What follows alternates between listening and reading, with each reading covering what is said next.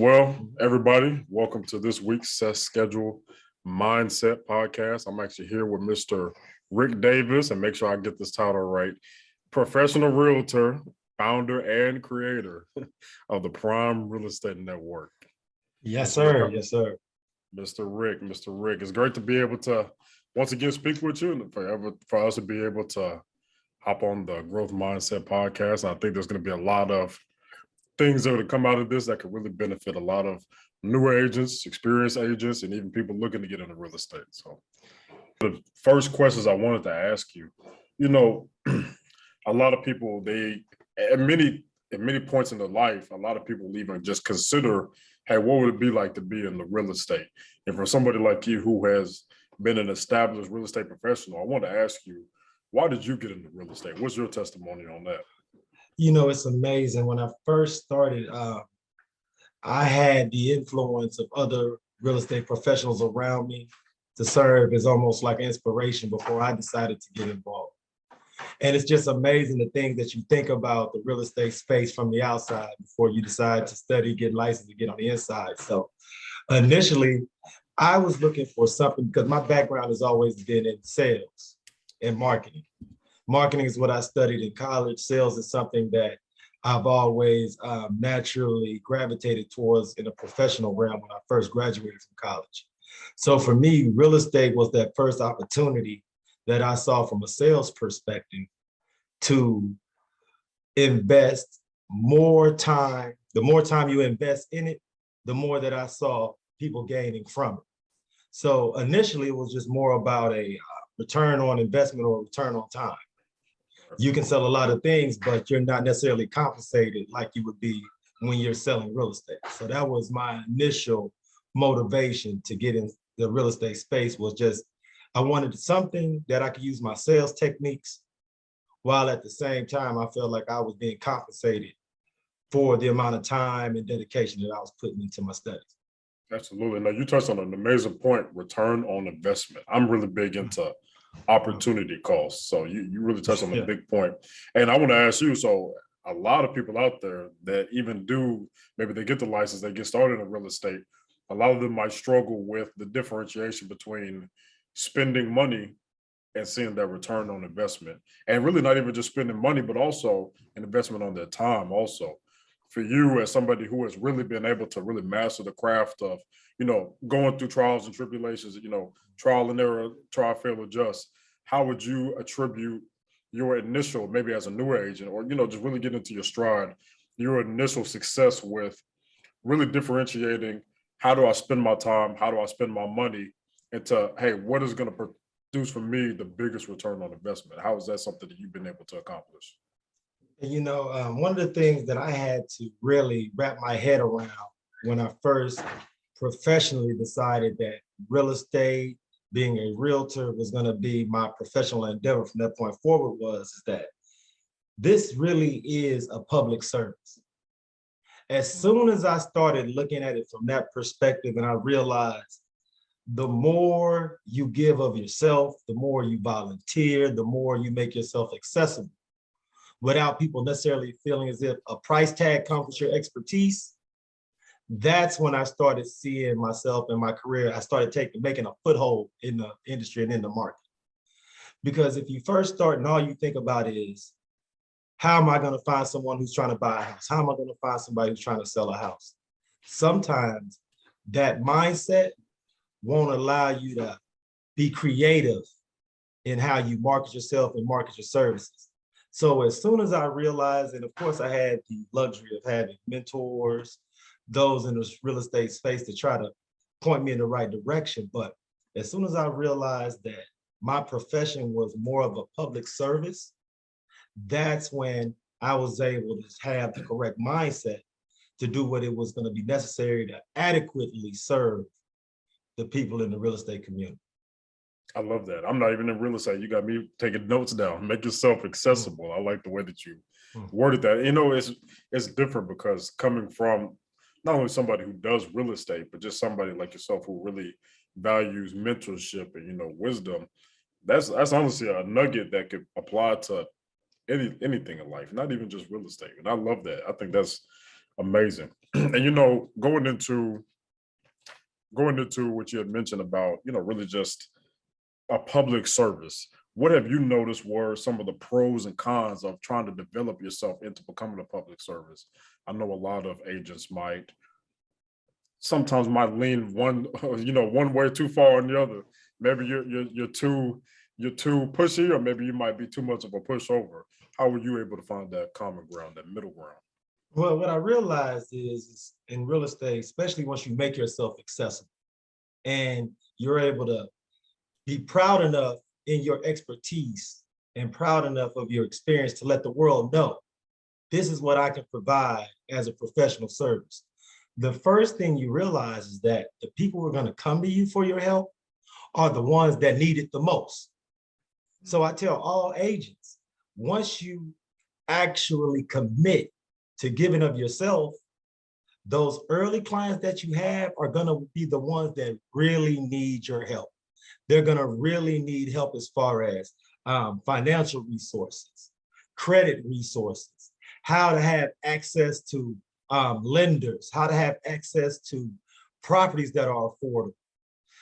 A lot of times, especially if you watch successful agents, you can feel as if you're supposed to start at the top of the ladder with executive style properties. But the thing I urge everyone to keep in mind is that usually those type of clients have worked with a real estate professional in the past. So if you want to have that opportunity to establish a career-long relationship, a lifelong relationship, where you can be the real estate advisor for a family for decades and generations, start off with that educational aspect, that giving aspect, that voluntary aspect, because that client that you have to help them find credible credit repair, those clients that you have to find lenders that'll get them qualified for their first home, those are the clients that you'll work with on their second home, their third home, that will refer you out to co-workers and family members. So I always urge people, just because when you're starting, it seems as if you're working with those clients that need the most as far as your time, your energy, they need their handheld. Just keep in mind that those are going to be the clients that form the foundation of your real estate practice. Because most real estate investors in their lifetime will have more than 4 to 5 real estate transactions. So if you're the professional that helps them with their first transaction, if you can serve them adequately, you can potentially work with them an additional 4 times. And that's not even counting the referrals or the opportunities that they decide to invest and own multiple properties. So I urge everyone out there, don't be afraid to foster those first-time buyers, to nurture those clients that seem to be the most needy of your assistance. I can feel that personal experience when you got real passionate there. I can feel that. You're like, hey, I've been through this, let me tell you. I'm telling you, it's the kind of thing where it becomes a labor of love after a while. Right. So that's why I urge all the new agents or recently licensed professionals, man, just persevere. You know what I'm saying? Stay persistent, because you'll start to get all of that positive energy and those positive thank yous that some people thrive off of when they're giving of themselves. Absolutely. That's big. Absolutely. Now for you, and this is great. I think I was telling some of the guys back in the office, it's like, man, I'm actually really excited to meet with Ric Davis, even though I'm not an agent myself, just hearing from somebody you have definitely been through the course, so I love success is universal. I love just hearing success in general. And so what were some different resources that you looked into outside of just mentorship? Well, some of the resources, some of the best things that I found that worked was joining professional organizations. Being a part of organizations of like-minded professionals. So, and what that does is it allows you to creatively network, creatively have think tanks and throw out ideas. When you tend to join those type of organizations, they keep you at the edge, at the tip of what's going on technology-wise. They keep you in the know as far as trends. as far as new emerging markets. In real estate, no matter how long you've been involved in the space, there are always things to be more knowledgeable about. And there are always new aspects of real estate to concentrate on if for whatever reason you hadn't had any clients that needed to work or needed your expertise in certain areas of real estate. And from that standpoint, it just always gives you an opportunity to see what your other colleagues have going. Because the great thing about professional organizations, man, everyone is so proud of their accomplishments and are so transparent as far as sharing best practices. So if you want to learn about best practices, if you want to learn about successful techniques, I urge everyone, get involved in your local organization and be active. Absolutely. No, that's fantastic. And you speak, I know we actually talked about this the other day. You mentioned best practices, learning what's new, because a lot, what happened a couple of years back is not going to be the same as is today. And one thing that you actually opened my eyes to, which obviously we all know about it, but you really emphasize the importance of really diving into research and really knowing what you have your hands on with it. How important is automation when you're doing marketing? How important is AI in this new age technology that we're in, especially I'm young, but I feel like I'm a 90s baby. So man, all this new technology and social media is taking over. From somebody like you, excuse me, I know that we had talked the other day and you said that that's something that you didn't let hold you back. That's something that you actually were able to use to your advantage. So I want to reiterate, ask you that question. How important is automation in your marketing? How important is AI? I talked to the agents that I work with and train. I tell them that marketing and automating your marketing is the best way to let everyone in your influence base know that you care about. So the example that I always give people is this. From the time you're a teenager all the way to adulthood, most people look forward to that family vacation that you take once a year. And we've all been in that position when we're young, when you're adults, you take the family vacation, you meet a bunch of cool people on your family cruise that you would have never met if you weren't taking that cruise. And I always tell people, imagine if every person you ever met on vacation, you had their email, their name, their cell phone. How often would you reach out to all of these people that you care about? How many former classmates, how many former teammates, how many coworkers that if you could just have all of their contact information and reach out to them for their birthday and reach out to them for holidays, let them know when great things are happening in your personal life. How many more people would we have strong and lasting relationships with? So from that standpoint, that's where the AI and automating your marketing comes in. It gives you not only an opportunity to stay in contact with everyone, but to also let everyone that you worked with in the past, everyone that you networked with, to let them know you care about them on a regular basis, even if we can't invest half an hour to sit on the phone and talk about what happened on the local news. So from that standpoint, there's really very few excuses left for why we aren't having those type of or cultivating lasting relationships. So I tell everyone out there, don't necessarily look at it all as business related. You want to establish a long-lasting relationship with everyone in your sphere of influence so that if there's ever an opportunity where they want to buy, sell, or invest in real estate, they know that they can reach out to you for business because you care about them in general. Right. Or if they know someone new to the area, needs advice, you can be top of mind as a referral basis. So use everything that you have to stay top of mind with everyone that you've ever met. And I tell everyone, you don't have to have the largest sphere of influence. As you continue to grow, as you continue to network, and you put these processes in place, you'll be surprised how your sphere of influence will grow organically without you feeling as if you had to do anything extra is because the people you care about know you care about. Right.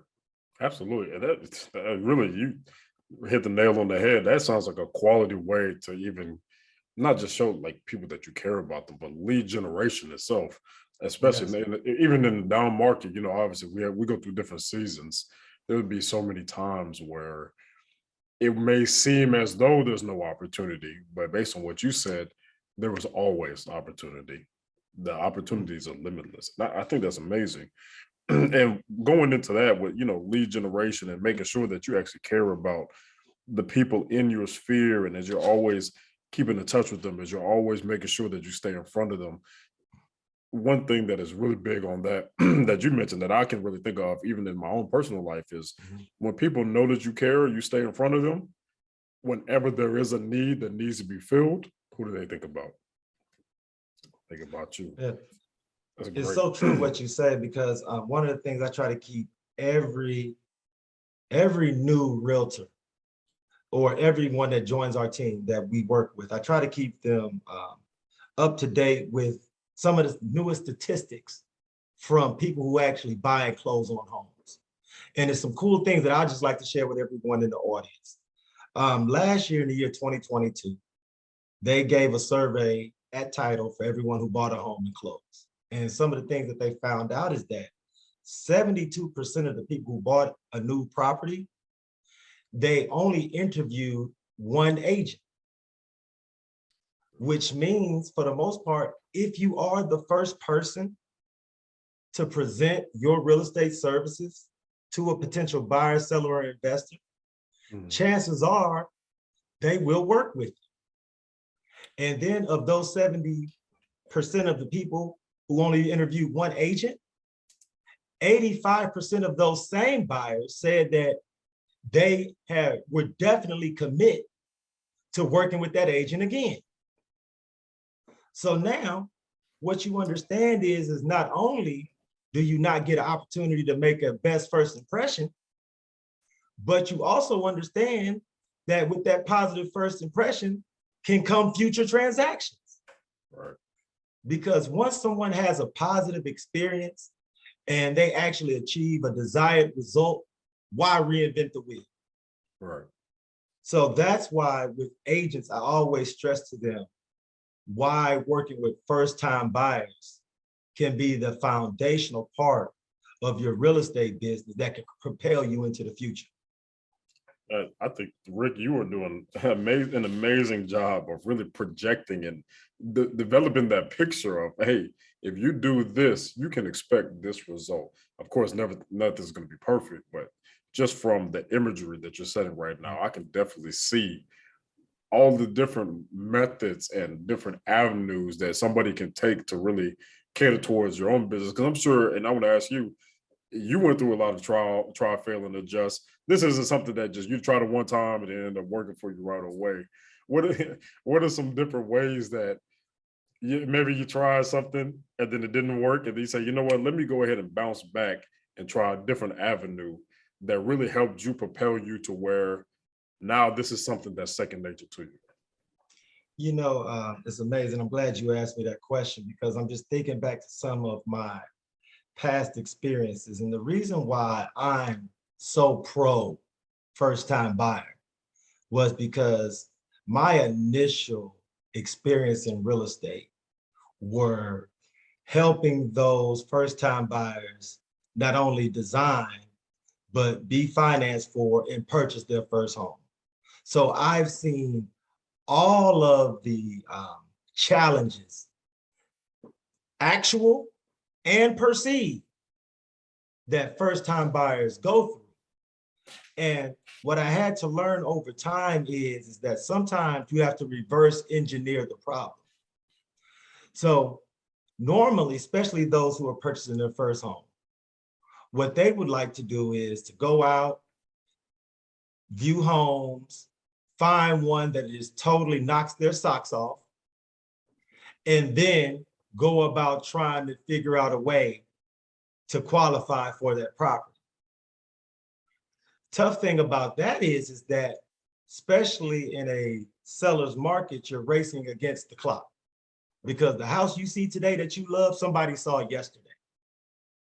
So what I had to learn to do for a lot of buyers, especially when it's their first time, because they don't know what they don't know, is you have to protect their emotions.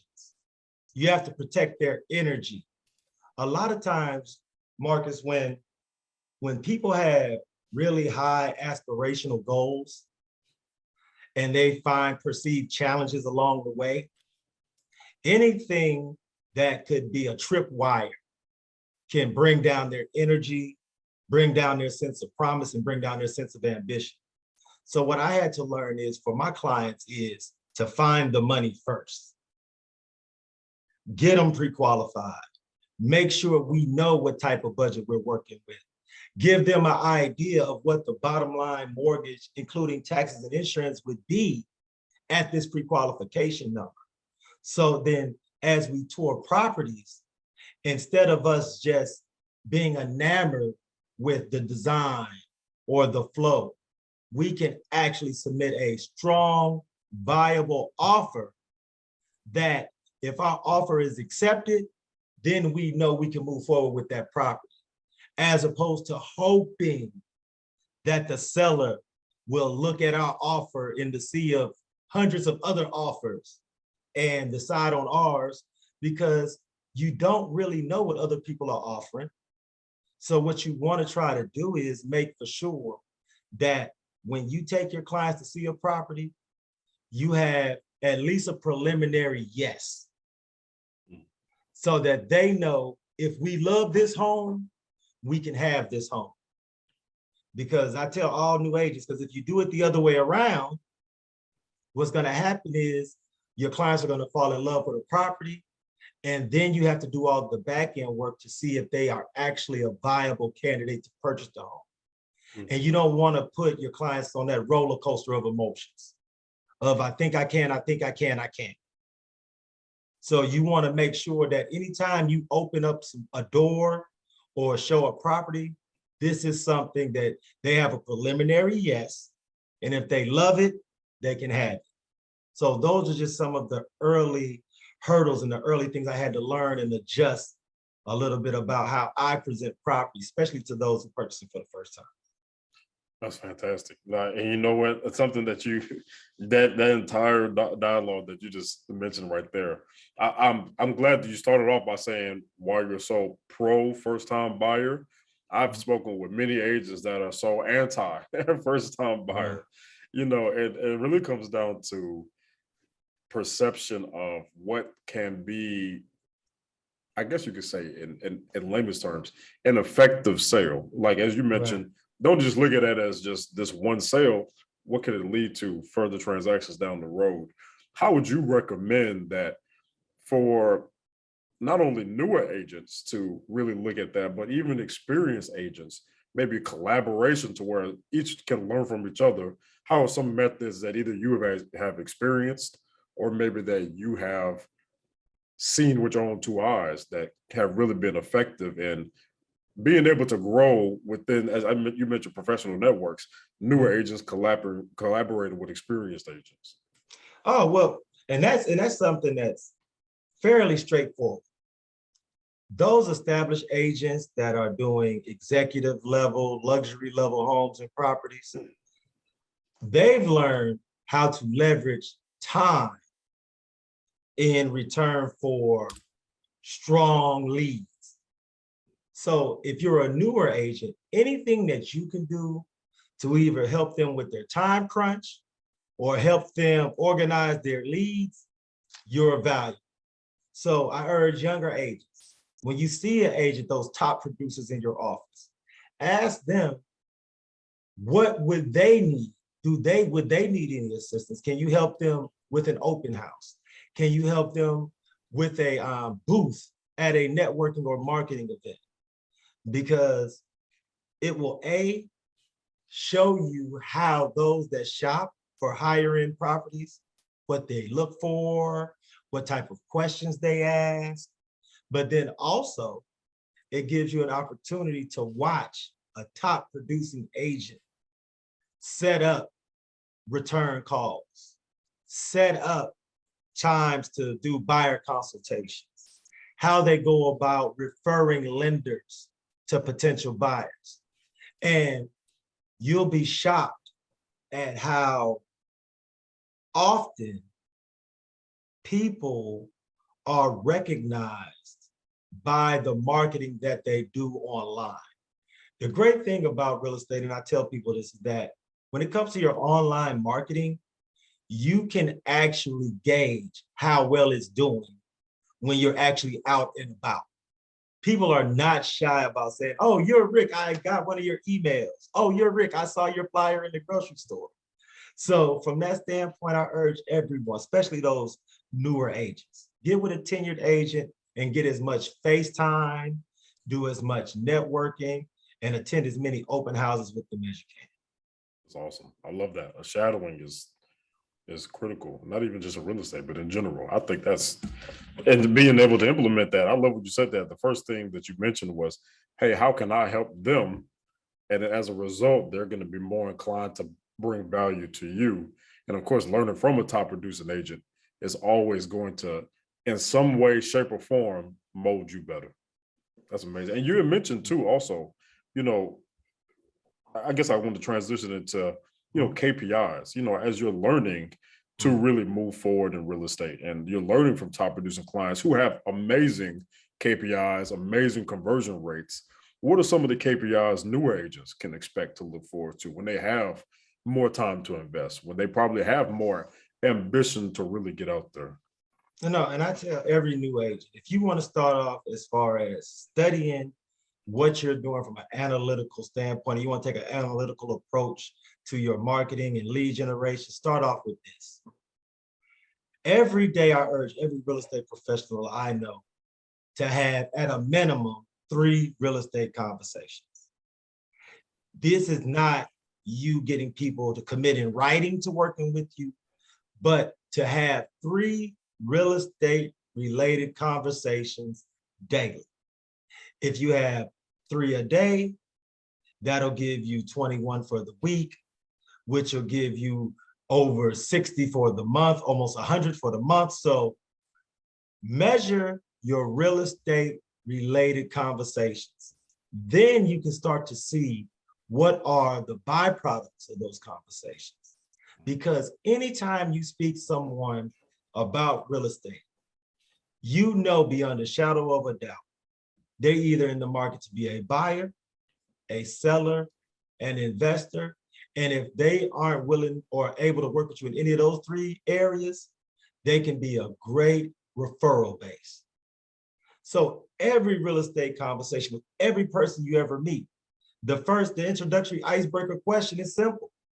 Man, great to meet you, man. How's your real estate been performing in today's market? That simple question of people will let you know, oh my goodness, my rentals are doing this. Oh my goodness, I was looking to buy, but the interest rates are doing that. Oh my goodness, I'm trying to help people get relocated here for work. That icebreaker gives you all the ammunition that you need to be able to present yourself as not only an authority, but someone who's volunteering their time and energy to serving as their real estate professional. And I think if everyone who hears this interview can hold themselves accountable to 3 real estate conversations a day and monitor that and study that from an analytical approach, you will start to see not only your lead base start to grow, but you'll start to see the number of transactions and the number of referrals you have coming in start to grow on a regular basis. Absolutely. And at the end of the day, your personal activity level is going to dictate your success. And, we just talked about this the other day. The big question to ask yourself, am I doing enough? Sometimes a lot of agents I can't think really anybody might fool themselves. Oh, I did so much today. Well, are you doing enough? And also, you don't want to burn yourself out either. Your personal activity level is your personal activity. It's really 3. I think that's an amazing basis. 3 real estate conversations daily, because the math breaks down. If you have enough conversations, the numbers are going to play out at the end of the day. And with SetSchedule, we actually are very big on providing opportunity to be able to accommodate those numbers. If you want to have 3 real estate conversations daily, we want to be able to provide you the opportunity to have that. And for your own personal business, you know, with your prime real estate network, what are some ways that you kind of help out the agents that you work with? You know, I know you went from being mentored to being a mentor yourself. What are some ways that you can really, ways that you are currently right now just focusing on helping people see success in actual activity, transactions in the day-to-day? How does that process look for you? I'm glad you asked me because since me and my co-host started our podcast, a lot of the new agents asked me, well, Rick, you know, I was thinking about doing a podcast and I didn't understand what aspect of real estate I wanted to talk about. What were some of the benefits? How is it helping you? And I always tell people this. In business, you want to let people know that this isn't a fly-by-night venture. I think sometimes as consumers, we always remember those companies that we believed in that didn't hang around. I always think of it like when you look at car manufacturers. When I was a young boy, there was a car manufacturer called Datsun. There are no longer any Datsuns. Right. Now, the only reason that matters is because if you do still own a Datsun, guess what? You can't find replacement parts. Right. Because Datsun is no longer in business. So the value that I found from the podcast, outside of being able to mentor and educate and enlighten people all over the internet e-sphere, is that it gives the people that I interact with an idea that my entire real estate practice does come from a place of motivation, inspiration, and education. Because when they look to see, this gentleman has over 200 episodes of the real estate podcast, and he's had builders and investors and lenders and photographers. He actually cares about making sure people have quality professionals to conduct their real estate transactions with. And I think that is what gives me a certain level of credence and why people can take my message seriously, because they know this guy is not gonna just be here now at this conference. He's in this for the long term. If they're another real estate professional, if we start to collab and partner, they know they can invest time and resources in working with my brand, because my brand is gonna be here for the long haul. And if it's a buyer or a seller, they know in 4 years when it's time, or I'm considering selling my home, the same gentleman who helped me buy it can be the same gentleman that's gonna help me sell it. And I think for a lot of real estate investors and homeowners, that's a load off of their mind. And for those that are recently bought their first home, these are the type of services that they're going to require that I'm not sure that they understand they're going to need just yet. Absolutely. And you made an amazing transition. You went from this is how we can benefit people to investing in your brand, your specific brand. That going back again to that return on investment. I really love that. And especially not even with newer agents, but really agents in general.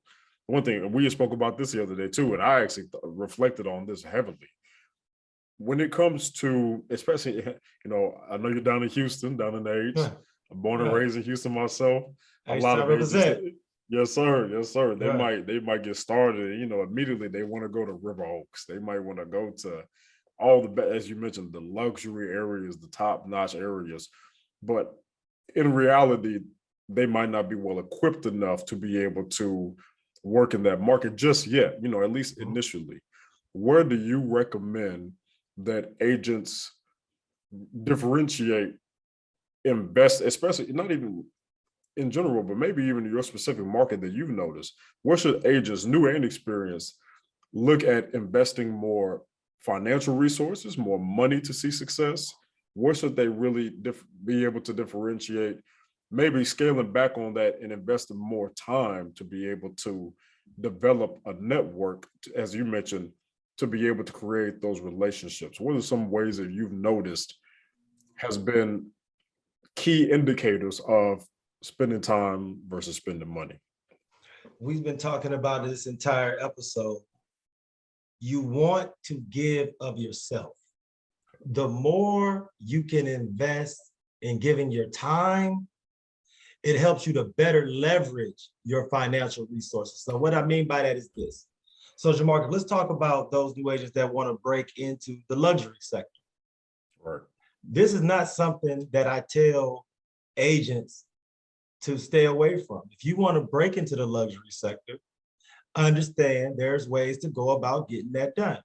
Now, without getting entirely too bogged down in the minutia, the easiest way, I know agents that have offshoot companies that specialize in just doing residential buyer tours.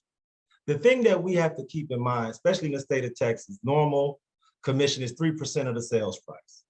Right. So from that standpoint, $1 million property, math is simple. You make $30,000 in commission. Now, if you have a $30,000 commission coming, most agents, especially if they're working with a new agent that they're mentoring, is willing to invest $500, $1,000 to make sure that their new agent is gaining as much knowledge and education from the process as they are. So I always tell new agents, volunteer to drive buyer tours. Because if someone's searching for $1 million property, Jamarcus, they may not buy the first mansion that you go take a look at. Right. But if you're a new agent and you're licensed, you can find a 10-year agent that'll allow you to do the showings. That gives you an opportunity, A, to hear the buyer's wants and needs, to know what executives are looking for in different properties. But it also at the same time helps you to know about exclusive neighborhoods, those exclusive properties. So as you move forward in your career, these people, when they buy and close, they may have a referral for the agent. The agent may not be able to work that referral. And who are they gonna trust with their executive level referrals? Who are they gonna trust when someone tells them, oh, I have someone looking for a $2 million home, they're relocating, they're a surgeon in the medical center, and that agent does not have the time to work with them that day, and rescheduling with them is not an option. You want to be the person that they call. Right. Those are the type of things that help get you into that lane, if that's the lane where you think your skills are best suited. That's perfect. That was amazing. I love that. Everything that we've talked about today, you always started off with, it's about you first. And really, the biggest resource that you have is you. And everything that we talked about today, when it comes from marketing, lead generation, being the first to connect. You said 72% of people who bought or sold a home, they worked with the first agent they worked with. They connected with you.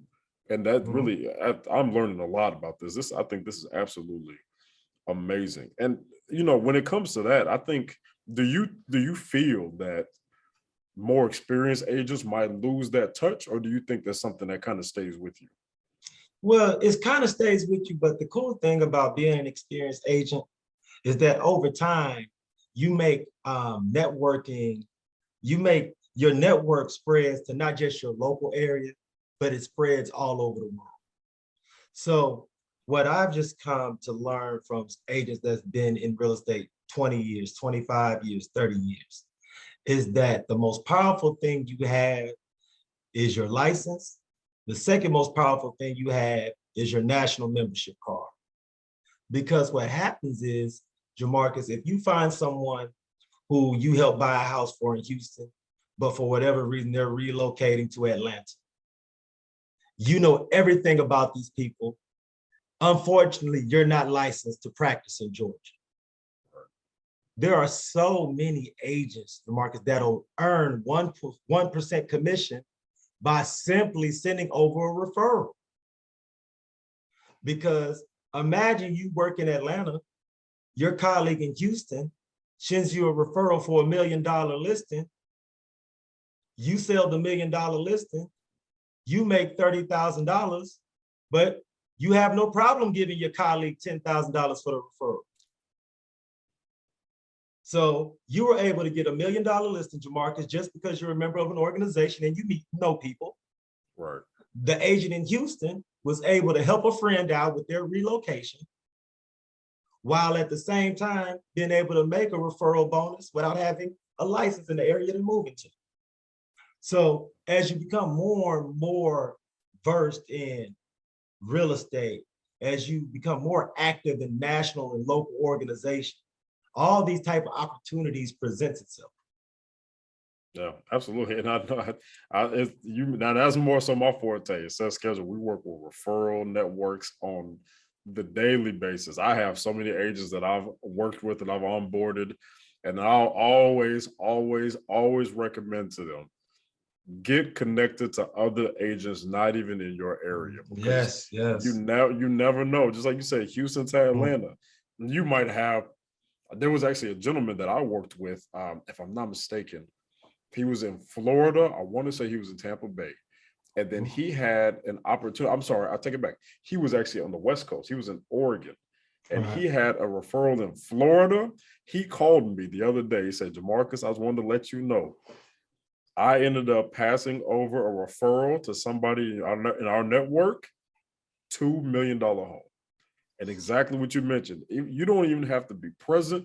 You just have to give yourself and be able to provide opportunity to others. They're not going to have any problem. Rick, if you give me $1 million listing, I will gladly pay you for it. Gladly pay you for your referral. And you'll be shocked. I tell agents this, some of the top producing agents, 10 to 20% of their client base is repeat and referral. Right. And you can make these things happen by being out and about, shaking hands, and being present and active. I can't say that enough. Being present and active in your community. That's amazing. Absolutely. Have you noticed that, as you are networking, as you are really putting your name out there and you're giving yourself, adding value to others, have you really been able to, and I guess kind of even take that a level deeper? There are ways that we as people can improve ourselves through, whether it be books or anything. Have you noticed that experienced agents, maybe how can they benefit from training to be able to make themselves a better person, to be a better agent? Well, okay, and for experienced agents, I tell them this as much as I can just say this. I can't say it enough. Learn as much as you can about the newest technologies and some of the newer ways within the real estate sphere to also be able to sell your goods and services outside of real estate transactions. Because the great thing about newer agents, and I want to give those newer agents that I'm working with kudos publicly, is that they are so creative as far as ways to generate income outside of real estate. And when it comes to like merchandise, public speaking opportunities, being able to monetize their online content. Now, the challenge is being able to bring those expertise and meld it in this real estate space where they can still have their passion for content creation, while at the same time blending it with business and being able to make and marry the two. So I tell all the experienced agents, from the standpoint of I know how to conduct transactions, let's learn more about all those other ancillary goods and services that we could be providing to the community that just accentuates what we do from a real estate perspective. And I think those are going to be the things that make our businesses recession-proof. So to answer your question, let's try to recession-proof our real estate practices and invest the time and the money necessary in educating ourselves and how to do that. That's fantastic. Recession proof. I like that a lot. I'm gonna have to use that next time I speak with an agent. How can we make ourselves recession proof? I like that a lot.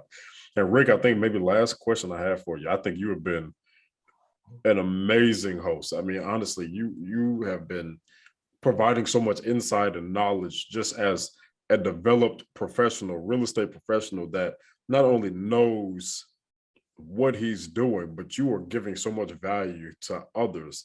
And Zig Ziglar says, if you help enough other people get what they want, you'll get what you want in return. And I want to ask you, Rick, what are some goals you might have this year?